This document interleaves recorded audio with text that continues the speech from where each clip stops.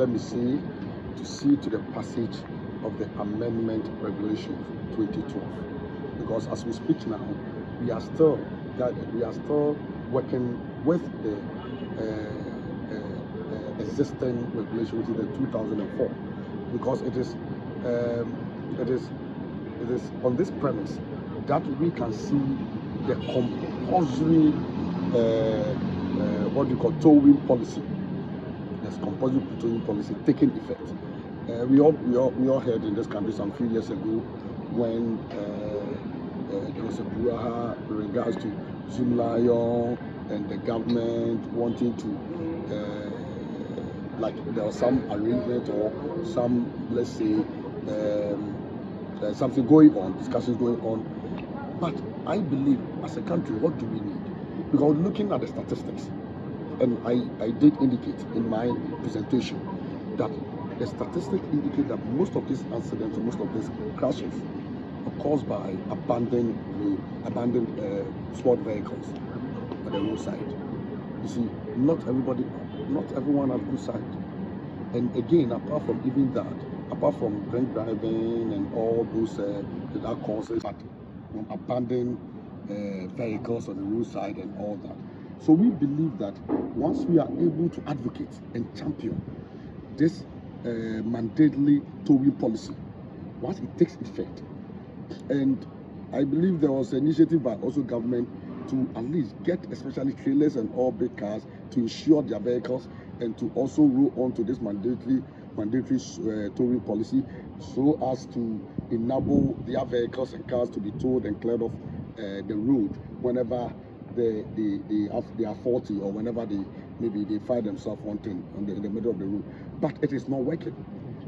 And for me, there's the cause of other innocent people are dying due to this misfortune. It will take Parliament to pass this. I think that first of all, we will need to engage stakeholders to know the level or the state of this Amendment Act, because of course 2021 there was a lot of advocacy in this regard.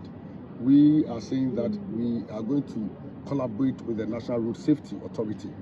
I have already spoken to the engineer, which is the Director General. I've spoken to the PRO.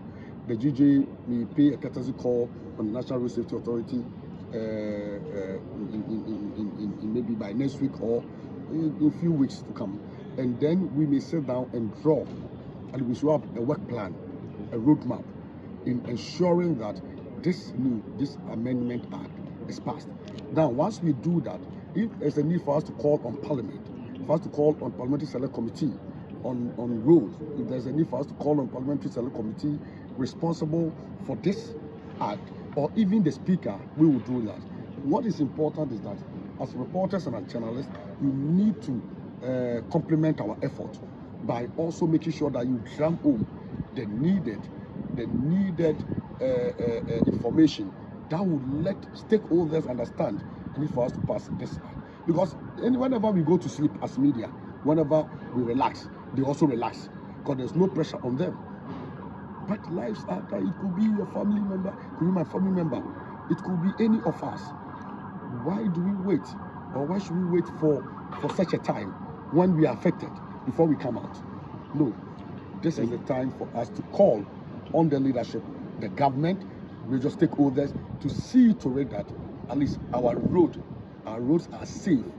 In fact, human errors, they are doing their best to at least to curb and to reduce human errors. But what of errors which are not caused by human? We need to make sure that we put our house in order to reduce this road carnage. I just want to pick your